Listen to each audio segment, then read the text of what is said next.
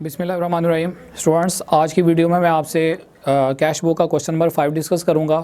इससे पहले क्वेश्चन 4 मैंने करवाया था जो कि डबल कॉलम का था, 3 और 2 भी डबल कॉलम के थे। क्वेश्चन नंबर 5 और 6 जो हमारे कैश बुक के लास्ट 2 क्वेश्चंस हैं। 7वां क्वेश्चन हमने नहीं करना होता। 5वां जो छठा क्वेश्चन है ये दोनों जो है वो 3 कॉलम कैश बुक के हैं।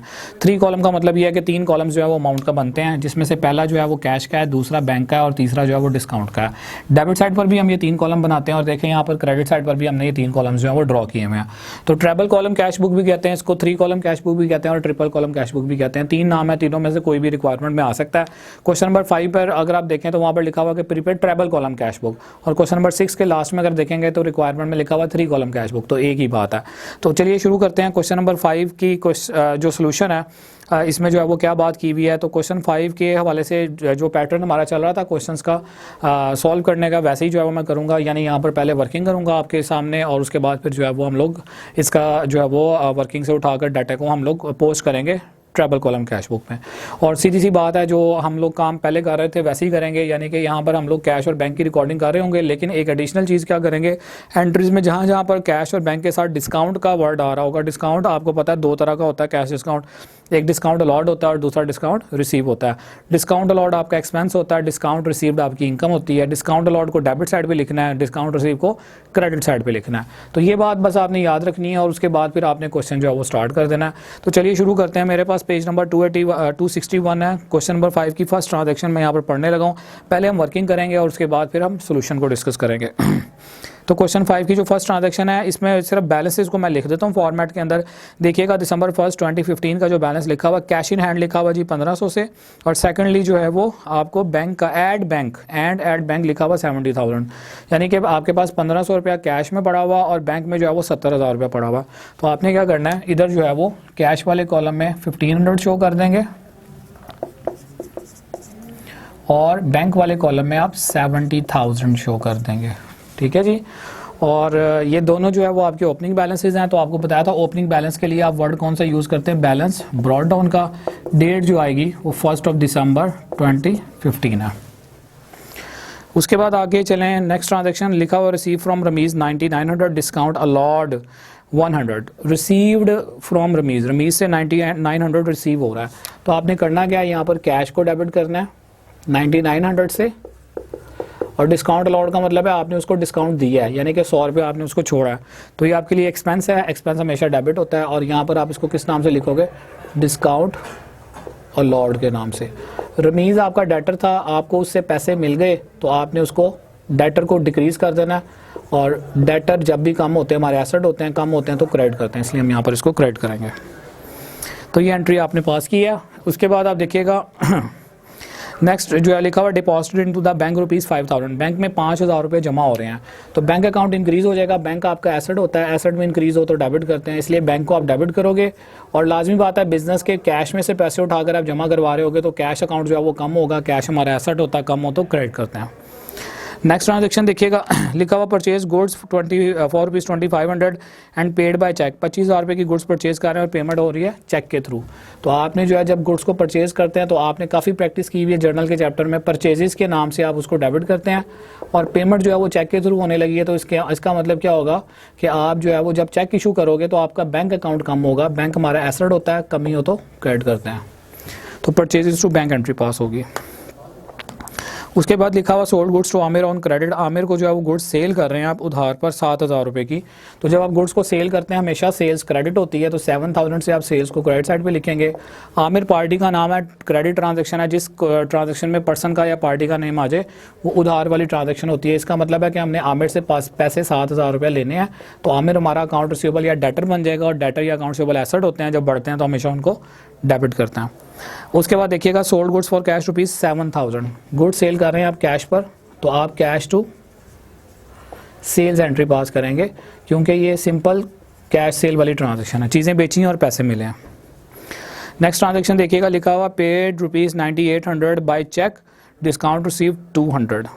पेड सलीम को आप पैसे दे रहे हो 9800 चेक के थ्रू। तो जब आप चेक के थ्रू पेमेंट करेंगे तो लाजमी बात है आपका बैंक अकाउंट जो है वो डिक्रीज़ होगा। आपने क्या करना है, यहाँ पर बैंक अकाउंट को क्रेडिट करना है 9800 के साथ। 200 रुपया आपको उनसे रिसीव हो रहा है, तो आप यहाँ पर लिखेंगे डिस्काउंट रिसीव्ड, ठीक है, वहाँ पर डिस्काउंट अलॉट था, ये रिसीव है। 200 रुपया आपको उनसे रिसीव हो रहा है, यानी कि आपने सलीम के पैसे देने थे, टोटल 10,000 रुपये देना होगा, उसने आपको कहा होगा 200 रुपया आपको मैं छोड़ देता हूँ, तो आपने फिर उसको 9800 का चेक दिया और 200 रुपया उसने आपको छोड़ा। जब आप चेक देंगे तो बैंक कम होगा और 200 आपकी इनकम हो जाएगी। और आपने डेबिट साइड पर क्या करना है, सलीम आपका पेएबल था, लाइबिलिटी था, आपने उसको पैसे दे दिए तो लाइबिलिटी में डिक्रीज होगी, और as per rule liability decrease हो तो डेबिट करते हैं, तो 10,000 से आप इसको डेबिट करेंगे। नेक्स्ट ट्रांजैक्शन देखिएगा, लिखा हुआ जी paid telephone charges ₹600, telephone charges pay कर रहे हैं, तो टेलीफोन चार्जेस जो है वो एक्सपेंस होता है, आप यहाँ पर टेलीफोन चार्जेस के नाम से ही लिखेंगे ये एक्सपेंस। और अगर कह रहा हो कि चेक में पे कर रहे हैं तो बैंक कम कर देंगे, अगर सिंपल लिखा हो कि पेमेंट हो रही है तो कैश कम कर देंगे। और अमाउंट जो है वो यहाँ पर आ रही है जी 600 से, तो 600 से डेबिट और क्रेडिट करना आपने। नेक्स्ट ट्रांजैक्शन देखें, लिखा हुआ purchase goods for cash ₹400, goods purchase कर रहे हैं कैश पर 400 रुपये की, तो परचेजेस अकाउंट डेबिट करना है, कैश अकाउंट क्रेडिट करना है 400 के साथ।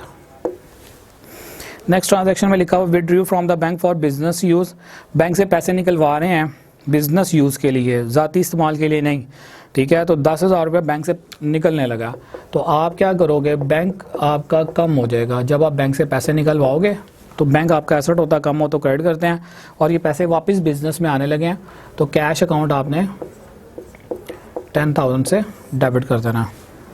एंड फाइनली जो है वो स्टेशनरी परचेज़ कर रहे हैं 150 से।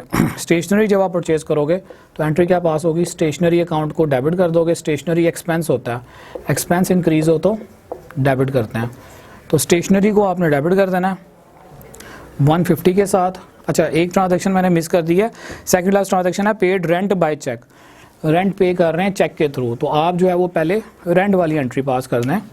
रेंट आपका जो है वो एक्सपेंस होता है बिजनेस का, तो रेंट अकाउंट डेबिट हो जाएगा, बैंक अकाउंट क्रेडिट हो जाएगा, क्योंकि चेक के थ्रू पेमेंट होनी है रेंट की, और यहाँ पर अमाउंट जो है वो 700 से आ जाएगी।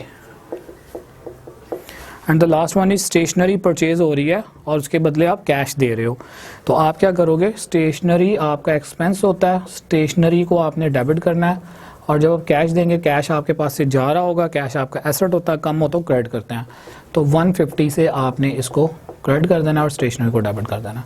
तो ये स्टूडेंट्स हमारी जो है वो इन ट्रांजेक्शन्स की एंट्रीज थी। हमने करना क्या, अब इन एंट्रीज में से हमने 3 चीज़ों को उठाना है, कैश को, बैंक को और डिस्काउंट को। इसका मतलब है जहाँ जहाँ पर ये चीज़ें आ रही होंगी उनकी यहाँ पर पोस्टिंग करेंगे। तो चलिए शुरू करते हैं।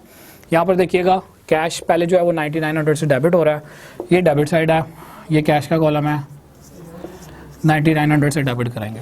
इसके बाद डिस्काउंट अलॉट भी डेबिट हो रहा है, तो ये जो है ये डेबिट साइड पर जो डिस्काउंट होगा ये डिस्काउंट अलॉट होगा, इसको 100 से इसको भी डेबिट कर दें। अलॉट का वर्ड आपने लिखना है, उधर रिसीव का वर्ड लिखना है, आपकी मर्जी है, ठीक है, इससे कोई फ़र्क नहीं पड़ता। अंडरस्टूड बात है, डेबिट साइड वाला जो डिस्काउंट है वो डिस्काउंट अलॉट है, क्रेडिट वाला जो डिस्काउंट है वो डिस्काउंट रिसीव है। अमाउंट अगर डेबिट की हो तो अकाउंट आता है क्रेडिट साइड वाला, तो क्रेडिट साइड पर है रमीज़ का अकाउंट, तो इन दोनों के सामने जो है वो आपने रमीज़ अकाउंट लिख देना। डेट जो आ रही है इस ट्रांजैक्शन की दैट इज़ 2 दिसंबर, ठीक है जी। उसके बाद नेक्स्ट में देखिएगा बैंक अकाउंट जो है नेक्स्ट एंट्री में 5000 से डेबिट हो रहा है, डेबिट साइड है, बैंक का कॉलम है, इधर 5000 से आप इसको डेबिट करें। अमाउंट अगर डेबिट की होगी तो अकाउंट सामने कैश का आएगा। ये हम लेजर वाले चैप्टर में काफ़ी डिटेल से प्रैक्टिस कर चुके हैं मैम।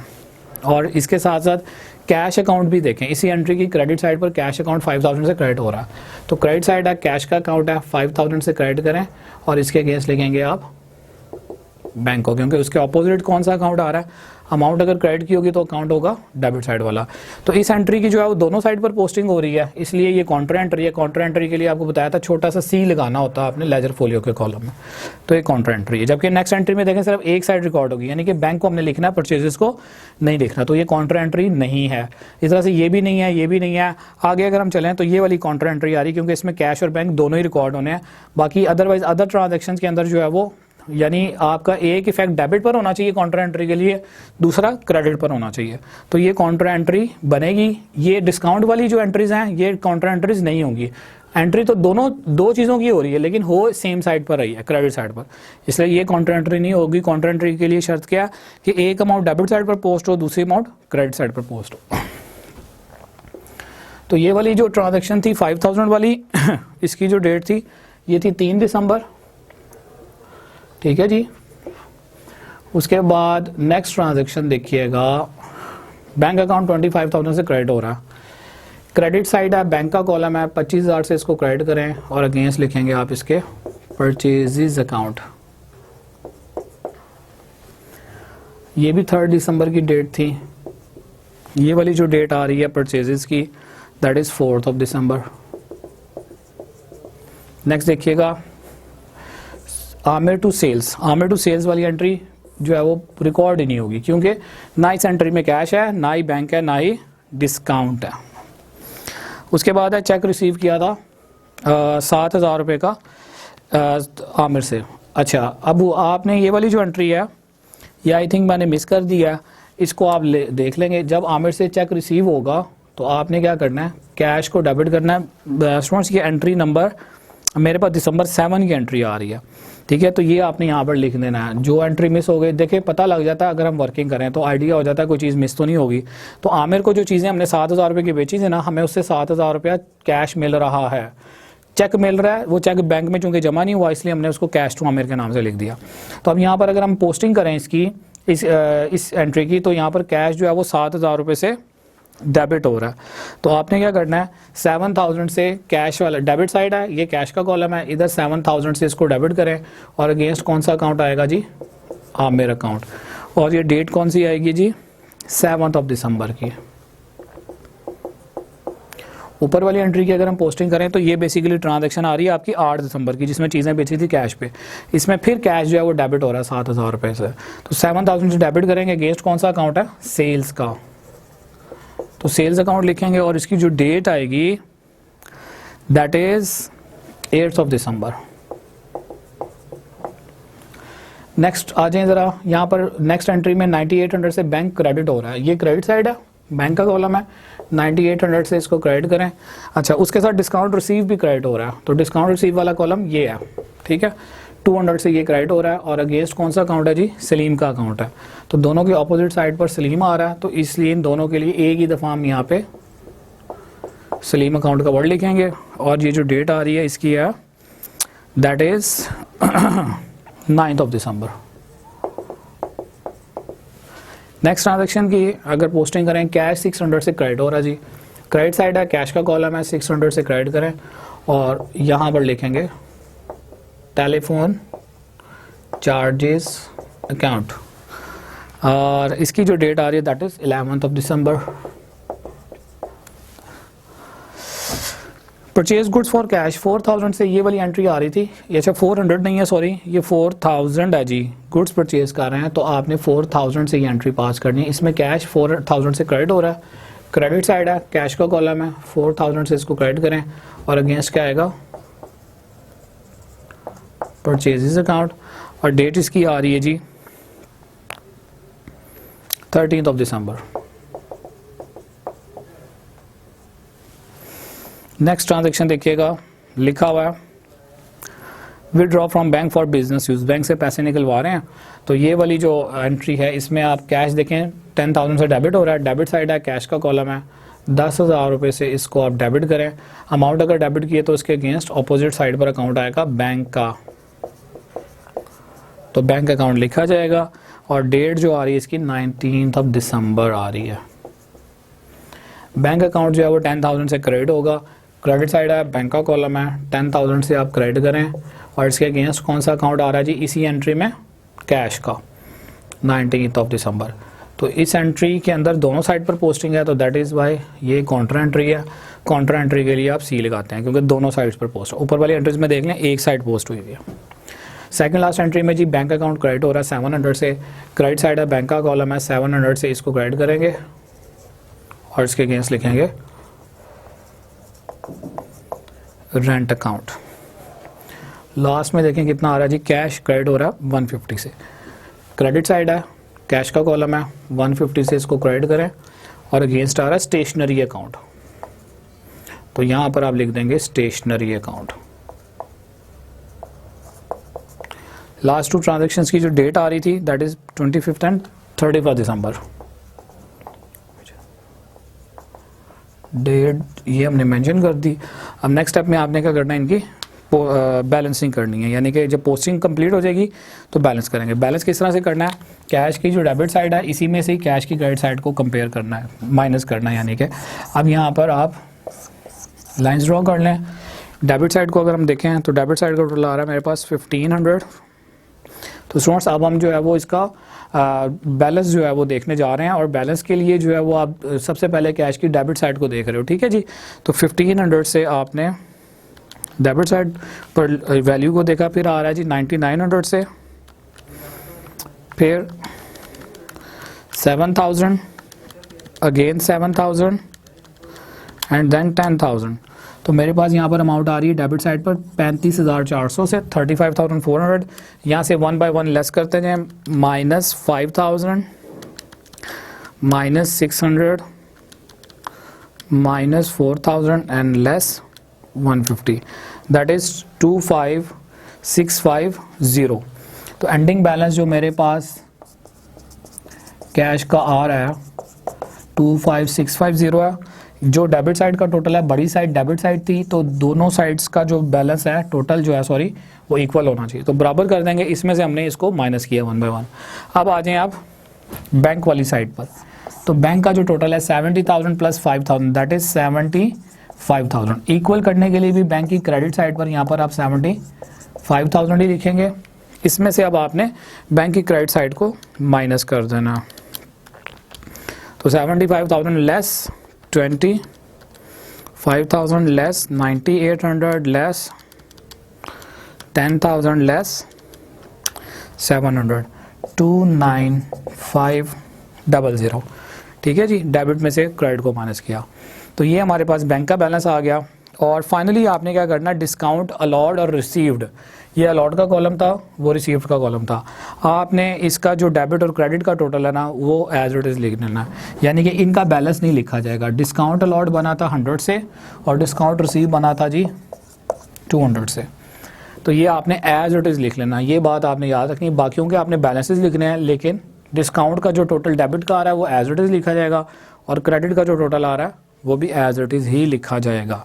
ठीक है जी, तो ये था स्टूडेंट्स हमारा क्वेश्चन नंबर 5। इंशाल्लाह नेक्स्ट क्वेश्चन जो होगा क्वेश्चन नंबर 6, उसकी मैं आपसे नेक्स्ट वीडियो में डिस्कशन करूंगा।